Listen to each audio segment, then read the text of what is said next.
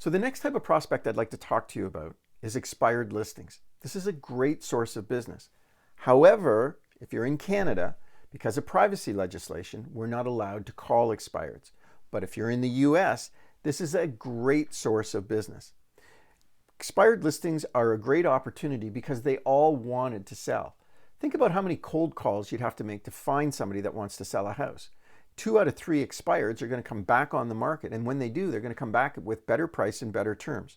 I'd recommend you call the day after a listing expires. Now, you and a whole bunch of other agents are going to, and all of them are going to be talking about what great job they can do and what services they have.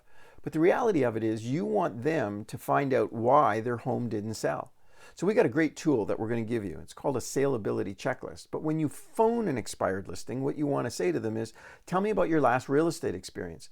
Tell me about where you think it went off the rails. Never blame the price, and I'll talk about that in a minute.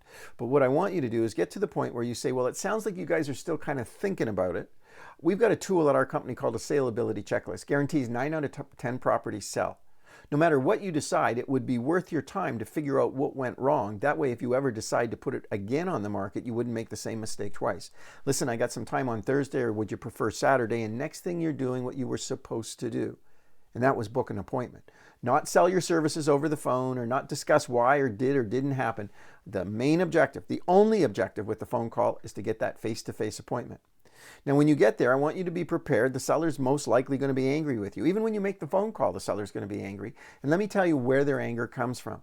First of all, they found something they wanted to do, someplace they wanted to move, something they wanted to have. And to make that happen, they needed to sell what they have. And the house didn't sell. So now they're disappointed. And who are they disappointed with? Yes, they're disappointed with the last agent, for sure. But they're also disappointed with the real estate industry as a whole. I mean, nobody sold their property when it was on MLS. Why not? And now you call and say, hey, I can get the job done. Don't be surprised if you run into some pushback, if you run into some anger, and somebody says, well, if you could sell it, why didn't you sell it when it was on the market? So you need to be prepared for those conversations. And also, you want to be able to reach out and connect with people every week for at least a month in the expired category. Because you call that very first day, you and 100 other agents have called, and it would be very unlikely to say, you know what, we've talked to 100 agents today and you're the one. That probably isn't going to happen. But what you want to do is maintain your pleasant persistence, like I've always said, to wear down their resistance. So I want you to call every week for the next month. And what you're going to find is give them a couple of weeks to kind of put it behind them, and they're going to start thinking about where were they going, what did they want to do, and what would that be like. And if you keep the contact up, what you're going to find is that over time, your persistence, they're going to want to talk to you. You know, you can do some fun things. Like in the past, I've ordered pencils with erasers on both ends and sent them to them and said, hey, don't make the same mistake twice. Call me. I can get the job done. There's a lot of fun little things you can do to kind of get their attention. But what you want to do is communicate that you have a solid marketing plan.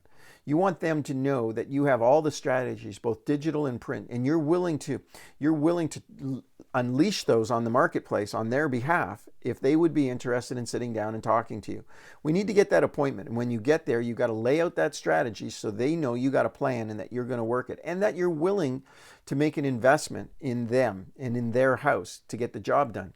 Now, the other agent made a lot of promises, but probably didn't deliver. And they didn't deliver because the property was at the wrong price. Now, if they ask you on the phone, what did you think of my asking price? Say, houses are like people. It's what's inside that counts. I really wouldn't give anybody a price over the phone until I've had an opportunity to see the property firsthand.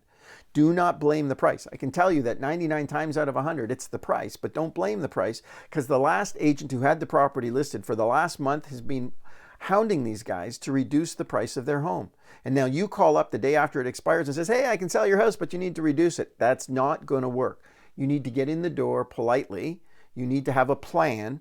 And when the timing is right, then we discuss price. In the big listing, in the process of going through the listing presentation, we don't deal with price until it's the right time. The first thing you want to do is get in, build some rapport, and you want to be able to demonstrate all your products and services, and you want to back them up with testimonials. Remember, they've been disappointed with the industry as a whole, so you got to prove to them that you're the one.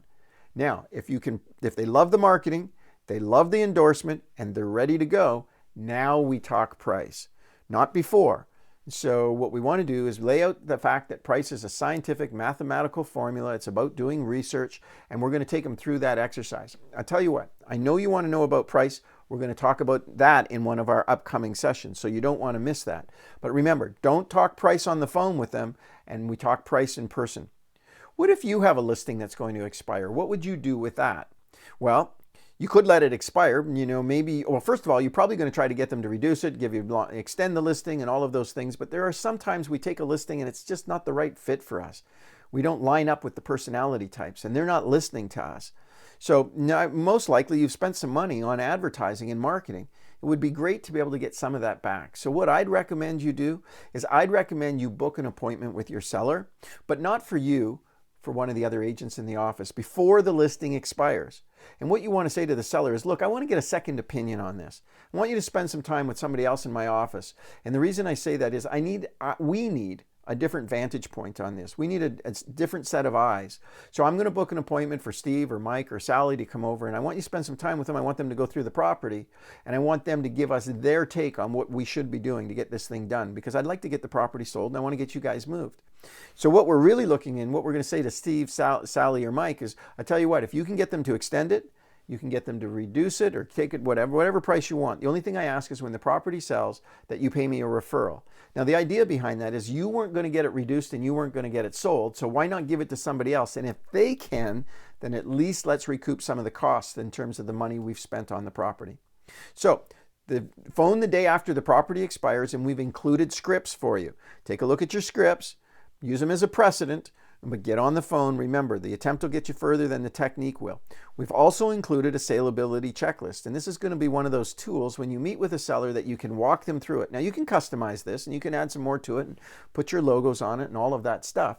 But the point is, when they get through the exercise, they will then discover with you what it was that held them back from selling the property, and then, of course, you'll be able to move forward.